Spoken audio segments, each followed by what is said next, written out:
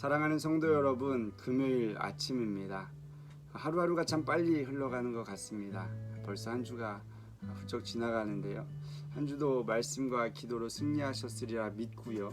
오늘도 주님의 말씀 또한 주님께 기도함을 통해 주님과 동행하시고 삶의 현장 가운데 기쁨, 행복, 축제 누리는 하나님의 사람들 되기를 축복합니다. 돌아보건대 코로나19가 시작된 지 6개월이 훌쩍 넘어가고 있습니다. 힘들고 지칠 시기가 이미 지나갔고요. 이미 우리 안에는 너무나 많은 어려움들이 있음을 잘 알고 있습니다. 이러한 때일수록 전능하신 하나님을 바라보고 그 하나님께 맡겨드릴 수 있는 지혜가 우리 안에 있기를 소망합니다. 오늘은 창세기 43장 1절로 15절의 말씀을 통해서 전능하신 하나님께 맡깁시다 라는 주제로 함께 말씀을 나누고자 합니다. 애굽 땅뿐만 아니라 이스라엘 전 세계에 기근이 임했고요. 하루하루 지나가면 지나갈수록 애굽 땅 위에는 모든 나라들이 어려움에 빠질 수밖에 없는 상황이죠. 야곱이 있던 그곳에 기근이 심해졌습니다. 그리고 이미 한번 사왔던 양식은 동이 났습니다. 아버지 입장에서는 더 이상 버틸 수 없어 아들을 불러 이야기합니다. 너희들이 가서 다시 양식을 좀 구해와라. 1절 2절인데요. 그 땅에 기근이 심하고 그들이 애굽에서 가져온 곡식을 다 먹음에 그 아버지가 그들에게 이르되 다시 가서 우리를 위하여 양식을 조금 사오라. 이때 형제들 중에 유다가 앞장서서 이야기합니다. 아버지, 그분은 엄한 사람입니다. 우리에게 엄하게 이야기했습니다. 우리가 우리 아우를 데려가지 아니하면 그분은 결코 만나주시지 않겠다라고 이야기했습니다. 아버지, 우리 아우를 함께 보내주십시오. 그러면 아버지의 양식을 구해오겠습니다. 만약 아버지께서 우리 아우와 함께 보내주시지 않는다면 우리는 갈 수가 없습니다. 가봐야 그분이 우리를 만나주지 않기 때문입니다. 이렇게 말하는 거예요. 3절부터 5절 말씀입니다. 아버지께서 우리 아우를 우리와 함께 보내시면 우리가 내려가서 아버지를 위하여 양식을 사오려니와 아버지께서 만일 그를 보내지 아니하시면 우리는 내려가지 아니하리니 그 사람이 우리에게 말하기를 너희의 아우가 너희와 함께 오지 아니하면 너희가 내 얼굴을 보지 못하리라 하였음이니라. 이 이야기를 들은 아버지는 격해지기 시작합니다. 어째서 너희가 아우가 있다고 말해서 나를 이렇게 괴롭게 하느냐, 이렇게 표현한 것이죠. 6절 말씀입니다. 이스라엘이 이르되 너희가 어찌하여 너희에게 또 다른 아우가 있다고 그 사람들에게 말하여 나를 괴롭게 하였느냐. 이렇게 격하게 반응하는 아버지의 모습을 보면서 형제들도 반응을 하는데요. 아버지께 이들도 격하게 반응하는 것 같아요. 아니, 그분이 우리에게 아버지는 살아계시느냐, 또 아우는 잘 있느냐라고 물으니 우리가 대답을 했죠. 우리가 그분께서 아우를 데리고 내려오라 할지 어찌 알고 우리가 이야기했겠습니까? 라는 것이죠. 7절입니다. 그들이 이르되 그 사람이 우리와 우리의 친족에 대하여 자세히 질문하여 이르기를 너희 아버지가 아직 살아계시느냐 너희에게 아우가 있느냐 하기로 그 묻는 말에 따라 그에게 대답한 것이니 그가 너희 아우를 데리고 내려오라 할 줄을 우리가 어찌 알았으리까. 이렇게 대립관계에 있는 상황 속에서 유다가 다시 한번 이야기를 합니다. 그리고 모든 상황들을 정리해 가기 시작합니다. 유다가 아버지께 이야기합니다. 그 아이를 우리와 함께 보내주십시오. 그러면 그 아이와 함께 가서 우리가 모든 것들을 가지고 돌아오겠습니다. 그렇게 되면 우리도 살고 아버지도 살고 우리 자녀들도 살게 될 것입니다. 베냐민이 죽으러 가는 것이 아니라 우리 모두 살기 위한 길입니다. 이렇게 이야기한 것이죠. 8절입니다. 유다가 그의 아버지 이스라엘에게 이르되 저 아이를 나와 함께 보내시면 우리가 곧 가리니 그러면 우리와 아버지와 우리 어린아이들이 다 살고 죽지 아니하리이다. 여기에 표현 중에 우리가 좀 생각할 것이 있습니다. 저 아이라고 표현했죠. 저 아이는 베냐민인데 베냐민의 나이가 때로 추정을 하는데요. 그런 장면을 아이라고 표현하기가 참 어색하죠.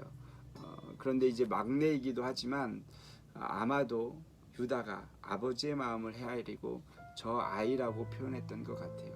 또한 우리라는 표현을 계속 쓰다가 8절에서는 나와 함께 보내시면이라고 이야기해요.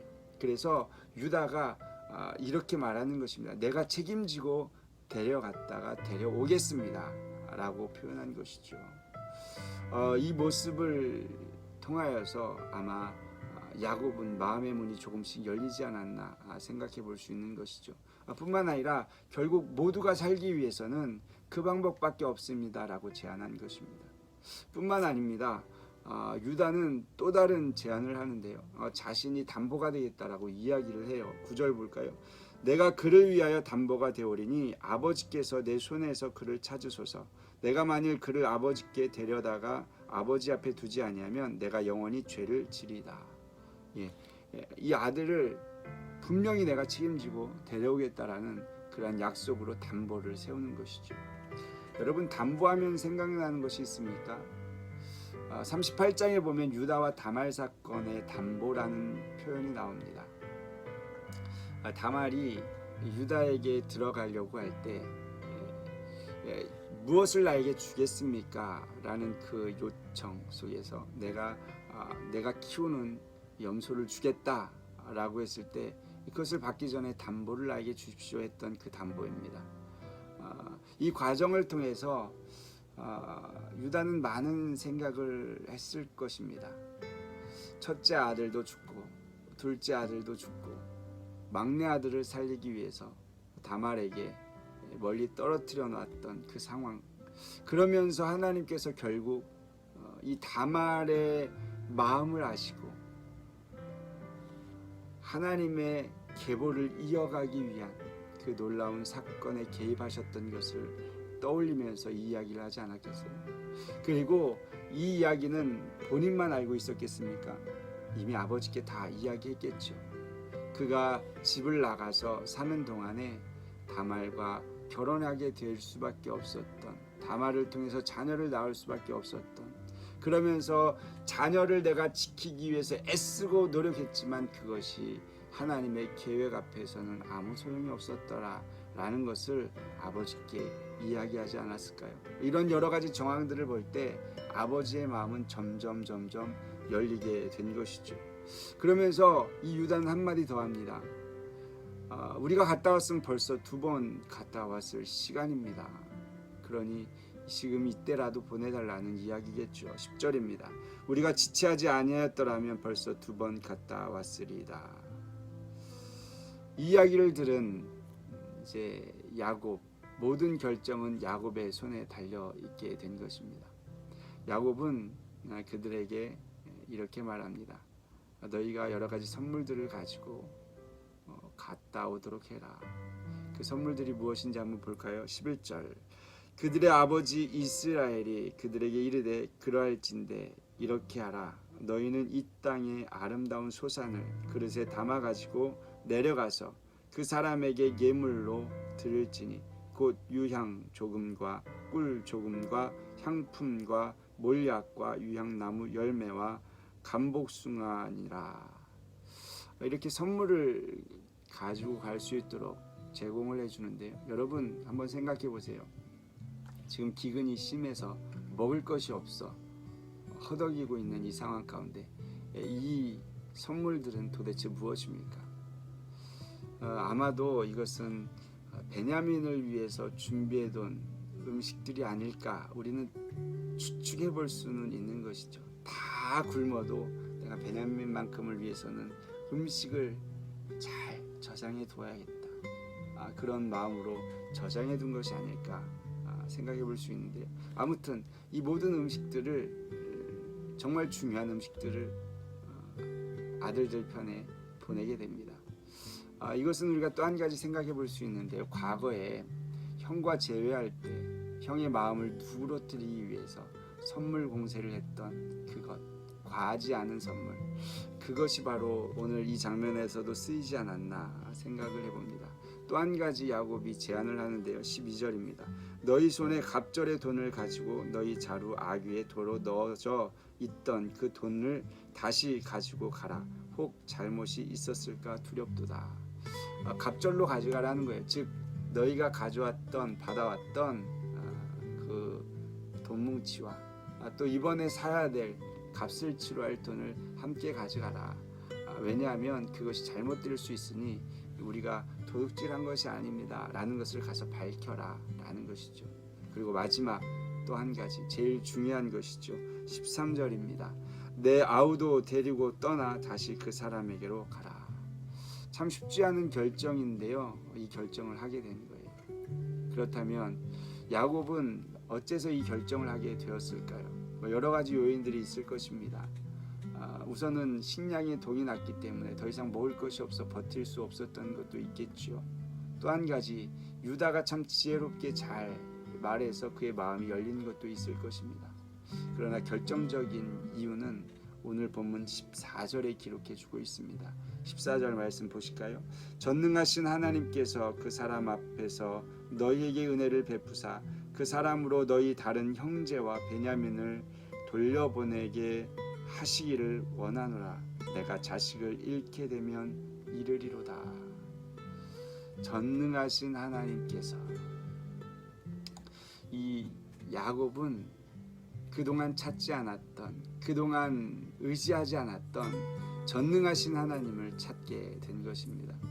여러분, 전능하신 하나님은 어떠한 하나님입니까? 우리가 성경을 보면 알지만 아브라함의 하나님이 전능하신 하나님이고요, 이삭의 하나님이 전능하신 하나님입니다. 그리고 오늘 이 이야기를 한 야곱의 하나님이 전능하신 하나님이죠. 우리 말씀을 한번 좀 찾아보겠습니다. 17장 1절 말씀인데요. 17장 1절에 이런 표현이 있어요. 아브라함이 99세 때에 여호와께서 아브라함에게 나타나서 그에게 이르시되 나는 전능한 하나님이라 너는 내 앞에서 행하여 완전하라. 99세의 아기를 낳기 전에 모든 것이 의심에 쌓여있고 도대체 나에게 아들은 언제 생기는가 고민하고 있을 그때에 하나님께서 찾아와서 아브라함에게 이야기하죠. 나는 전능한 자라. 또 보실까요? 창세기 28장 3절 말씀입니다. 28장 3절인데요. 전능하신 하나님이 내게 복을 주시어 내가 생육하고 번성하게 하여 내가 여러 족속을 이루게 하시고, 여기에 보면 전능하신 하나님이 나오는데요. 이삭이 야곱을 밧단 아람으로 보낼 때에 그때에 했던 이야기가 전능하신 하나님입니다. 또 보면요, 여러분 35장 11절에 보면 야곱이 한번 또 고백했던 적이 있습니다. 35장 11절인데요. 하나님이 그에게 이르시되 나는 전능한 하나님이라 생육하며 번성하라. 한 백성과 백성들의 총회가 내게서 나오고 왕들이 내 허리에서 나오리라. 야곱이 고향으로 돌아오는 그 과정 속에서 밧단 아람에 돌아올 때 하나님께서 야곱에게 하신 말씀, 그것이 바로 전능하신 하나님이라는 것이죠. 그렇습니다. 전능하신 하나님이 개입하시고 일하시면 모든 것이 가능합니다. 내가 이르면 이룰 것이다 이렇게 말하면서 전능하신 하나님을 붙잡은 거예요. 하나님께서 하실 것이다, 하나님의 은혜가 임하면 가능할 것이다, 이런 고백이 이 야곱에게 있었던 것입니다. 어쩌면 그동안 꽉 쥐고 있던 사랑하는 아들 베냐민을 놓고 전능하신 하나님을 붙잡기 시작한 것입니다. 사랑하는 성도 여러분, 우리의 삶 속에서 우리가 사랑하고 붙잡고 있는 것은 무엇입니까? 그것으로 인하여서 혹 문제거리가 되는 것이 있다면 그것을 내려놓는 지혜가 있고, 또한 하나님을 붙잡는 그러한 담대한 결정이 우리 안에 있기를 소망합니다. 코로나19 여러분, 우리의 힘으로 할 수 있는 것 아무것도 없습니다. 전능하신 하나님께 맡김을 통해서 하나님께서 어떻게 일하실지 기대하고 소망하며 하루하루 승리하는 거룩한 성도님들 되기를 축복합니다. 기도하시겠습니다. 사랑의 하나님, 감사합니다. 우리는 전능하신 하나님을 믿습니다. 그러나 삶의 현장 속에 그 하나님을 놓치고 다른 것들을 붙잡고 살아갈 때가 많음을 고백합니다. 우리의 연약함입니다. 다시 한번 말씀을 통하여 지혜를 주시고 어려운 순간 전능하신 하나님께 맡길 수 있는 지혜를 우리에게 허락하여 주시옵소서. 오늘도 주님 말씀 붙잡습니다. 기도합니다. 승리하는 한 날 되게 하여 주시옵소서. 감사드립니다. 거룩하신 예수 그리스도의 이름으로 기도드렸사옵나이다. 아멘.